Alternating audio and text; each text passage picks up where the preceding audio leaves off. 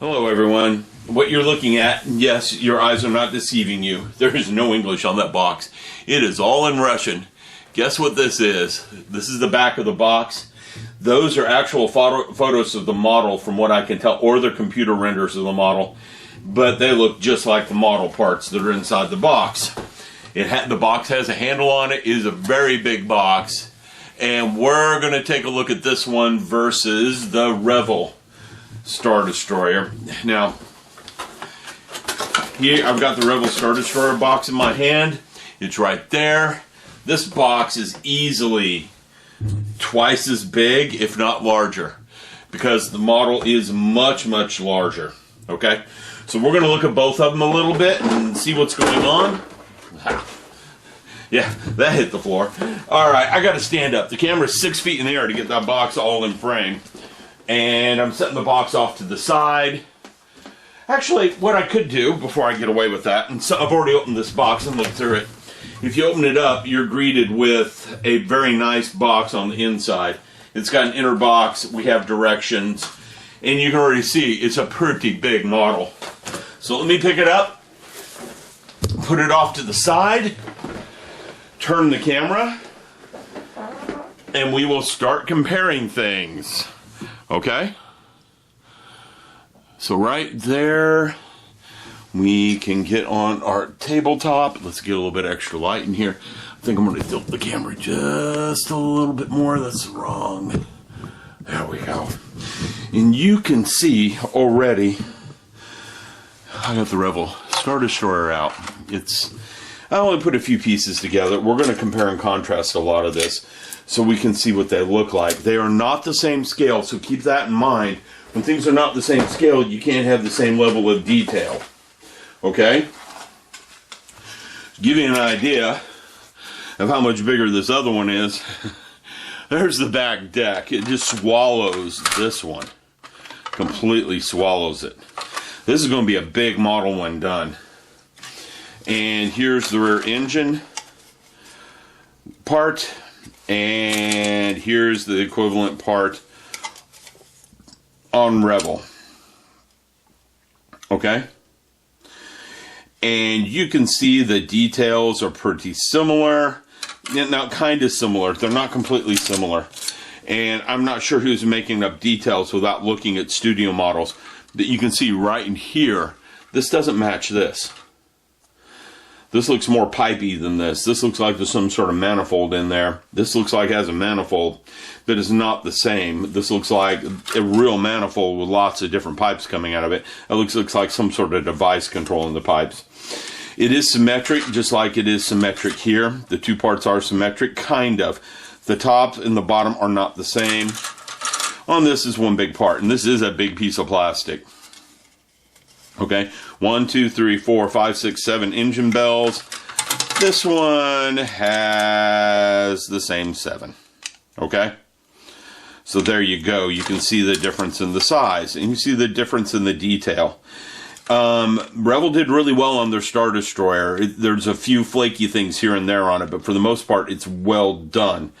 If you look at the details, they are very, very similar between the two, and they line up fairly well. Okay? So I'm going to set these aside since we've already looked at them.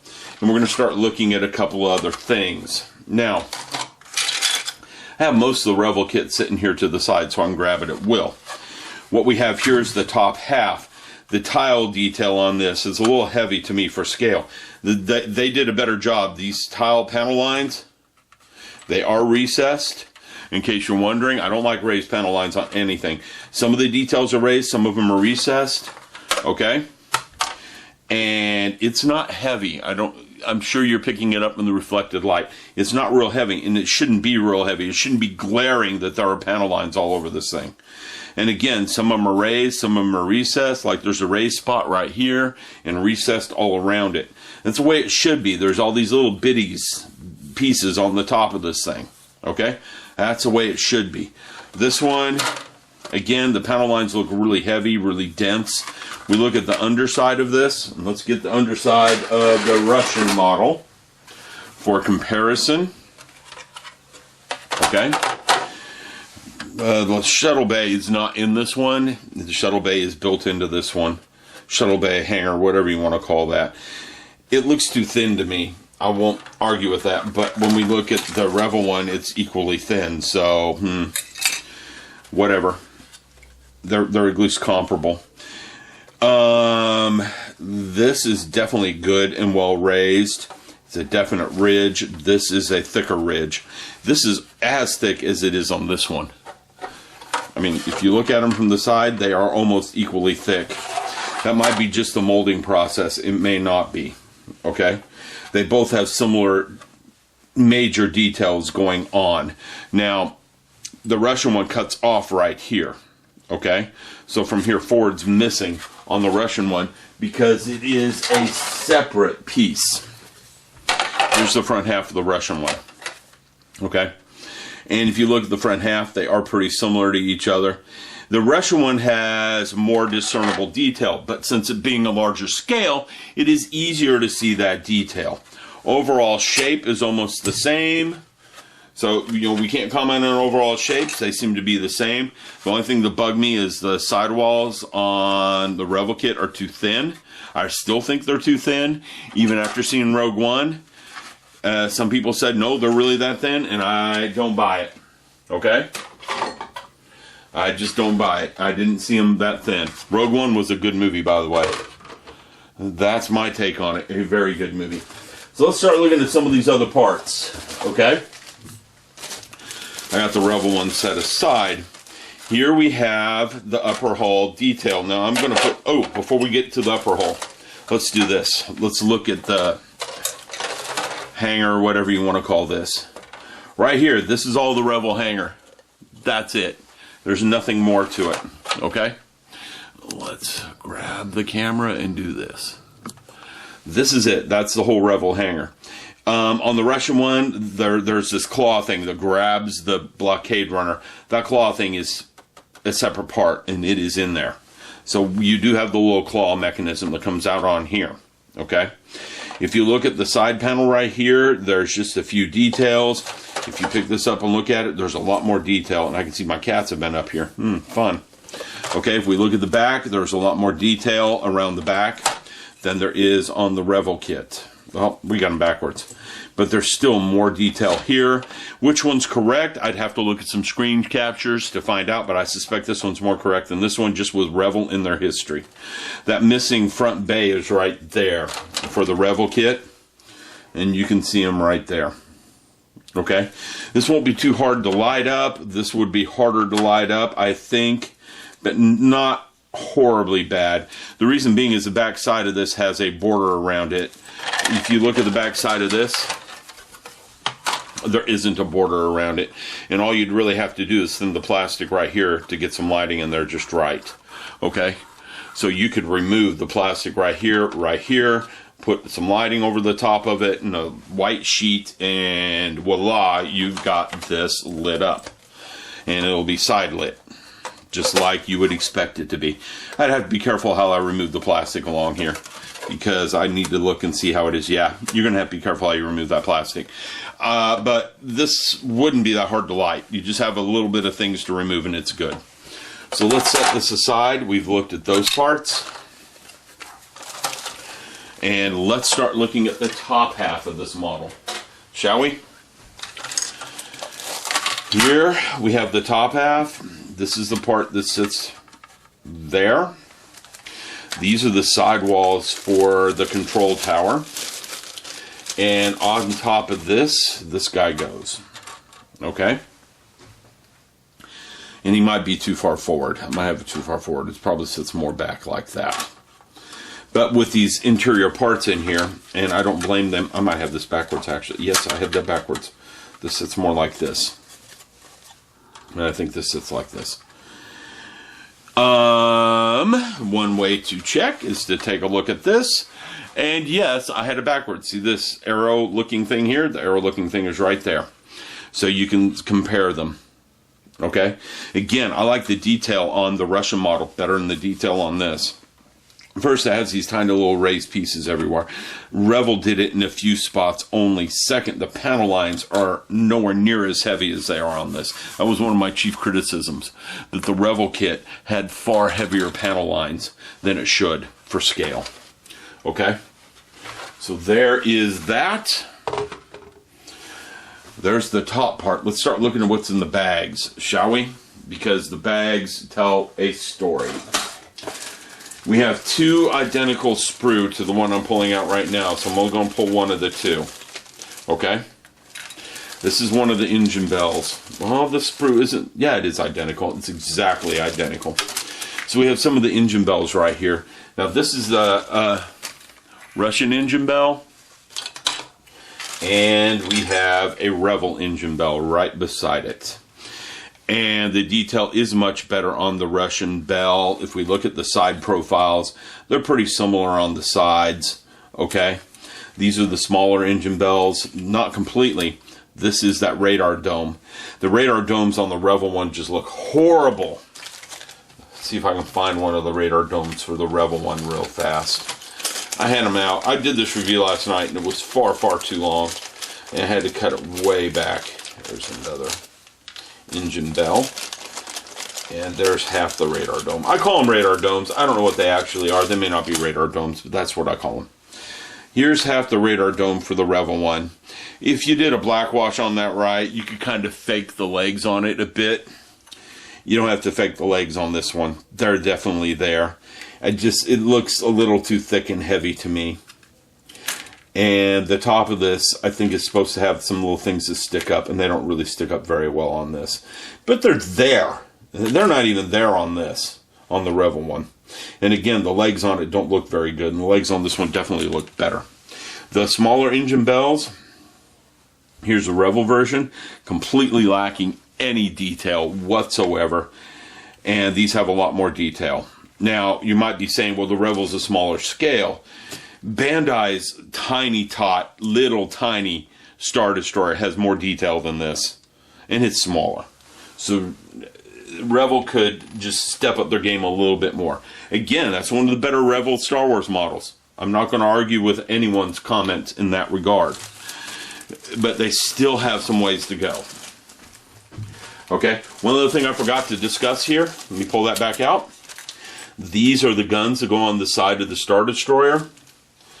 And this is Revell's version of the guns, okay, which are off frame. Now, the Revell version of the guns aren't that bad. What we're seeing here is a major difference due to scale. The Revell scale is so small that they couldn't really do anything other than what they have here. Whereas the larger scale in the Russian allows them to actually make defined guns, okay? So we have very clearly defined guns on the Russian model. Up next, we're going to talk our way through the sidewalls and panels for the control tower. And we've got like 5 sprue left to talk through. Okay? So let's pull these two out because these have sidewalls. They have parts of the control tower on them. Here's the first one. Now, if you look at the sidewalls on this model, the filming model, have this layered look. I'm on camera. They have this layered look right here. Okay? And you see them over here, too. I don't know what these sidewalls go to. I suspect they are the sidewalls for the Star Destroyer. Okay? The main body. I don't think they're for the upper decks. And when you get looking at these, I think these are more for the upper decks. That's part of the stand. Here is part of the control tower, and if we find the Revell control tower, the Revell control tower is one piece. And if you look at it, the Revell control tower looks more like a brick wall than the Russian one. The Russian one looks better to me. It almost looks like they just randomly added some detail. The one thing I'm not happy with the Russian model is this back here, but we're going to talk about that in a minute, this back panel on the Russian one. We can't have everything. Everything can't be perfect on any model, it seems. I know Bandai comes really close to that at times with a lot of their stuff. Here's another sprue with side panels. This is actually a plug for the engine in the rear. Okay. And And here's another look at these side panels. The side panels are well detailed. I do like that. There's the claw for the blockade runner. Let me get more in frame. There we go. There's the claw for the blockade runner. Like it is, that's another stand piece. So let me set these two apart aside. Okay, I'll put them back in bags in a little bit. These are our last two sprue to look at, and then we're going to talk our way through the directions. Okay? Alright, now here comes one of the big disappointments to me. Both the Bandai kit and the Revell kit have a good indention right here. Now, I'm not sure what that is. I'm not sure if that's the trash chute. I'd have to look. I'm sorry, I don't know off the top of my head. I don't know if that's a trash chute or that's a hangar bay or what. But on the Russian model, it's closed right there. Okay. And I think it wouldn't be too hard to open that and to actually make it something. It's just closed on the Russian model. And it wouldn't have taken much to open that because all the other models have that open. And here again is some control panel details. So the control tower looks pretty good. Underside, not much to it. Okay. One last sprue. This has the missing engine bell. It has, I think that's a gravity generator. Okay. There's that one missing arrow-shaped thing. These are braces, internal braces inside the model to keep it from coming apart, to keep it structurally sound. I like seeing that. Here's the other side. And again, look at the details on these side panels. They're really nice. These are the side panels for the upper structure, upper hull. Okay? They're really, really nice. Russian kit looks good. Now, the big problem with the Russian kit is buying one. I know some of you have looked into it, and they are pricey.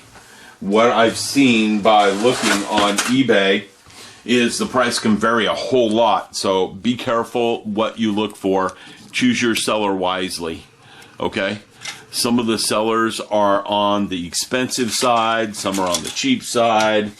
You know, some of the cheap ones, it may come without a box, without directions, because they want to save on shipping. Mine came well packaged. So, again, just be careful who you're looking at. Here we're going to walk through the directions for this model. The directions are a booklet. They're full color. Okay.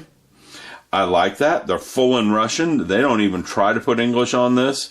Bandai puts a little bit English on theirs. No. Everything's full on Russian. Now, there is a little bit of English on the box in case it gets in an English selling country. I don't know what Zvezda is zoned for, so they might actually be able to sell this in Europe. Hard to say. Okay? But the first step is this upper hull, and you could put all of this together before you even started doing any lighting. I don't know if I put the guns together, though. I think I'd save the guns for after. In fact, I'd save the guns until I'm almost done with the model, because I wouldn't want them to break. Okay? On the next step, we're still doing upper hull up here. They want you to attach that. I don't know if I would attach that right away. Again, I don't know if I put this together right away, because I would like to do my lighting. I would definitely put the sidewalls on before I do the lighting, or I would do the lighting and then attach the sidewalls with all the fibers hanging out. And here's where we put the engine plugs in. There's the brace. You put the brace in after you put it together, which feels a little funny to me. Speaking of bracing it, it comes with a stand that is a little strange to me. Not strange, but I wouldn't like the stand. We'll talk about that in a second. Now we're putting the rest of the upper hull together. Okay, and then the tower, the control tower, is going to be kind of flaky to put together, I feel. If you've ever put together an HO scale building, you'll know how to put that control tower together. That's what I think when I see that. Okay, there's the stand. I don't like the stand. The stand would be kind of worthless for lighting purposes. The stand has no attachment points on the model. They didn't, there's no landing gear, you know, like the Revell model with this funny landing gear situation right there. Yeah, we don't have any of that. So you're free to attach the stand however you want. With the Revell one, I'd be really tempted to put the stand right through there. Okay? The Russian one, I don't know if I'd put the stand through that. I'd probably pick further back. But I'd also be tempted to run some brass rods along the superstructure and try to brace the inside of it a little bit. Because this guy's big. And this stand, it takes into account the size of this model. That's why they went with the stand that way. You brace the front, you brace the back. You're not going to have it tipping over. You're not going to have it falling apart. You're not going to have a lot because you're supporting it in two different locations. You want to use one brass tube to support it. You're going to have to reinforce it. That's all I got to say about that. And then again, here's the very last little bit where you're putting together the top of the radar dishes. The radar dishes look a little funny to me, that's all. They look too thick. But I have to go back and check references again. They might be just fine. But anyhow, there's a look through the Russian model. I hope you've enjoyed it. Okay? And I want to get building this. The problem is I got too much in the pipeline. You know, I want this. I've been looking for a good Star Destroyer model of a good scale. I wanted to get the big resin one, but, well, I could never afford it. This one was significantly cheaper than that. I am working on something right now. I've almost got the Bandai Gundam Barbatos done, but some of you will recognize that. That's what I've been working on as of late. Not the Akira like I wanted to. I'm working on this. I'm doing a practice run, and I'm glad I did because I screwed up part of it. Now, those videos will start showing up after this one. All right, I hope you enjoyed. I'll talk to you later.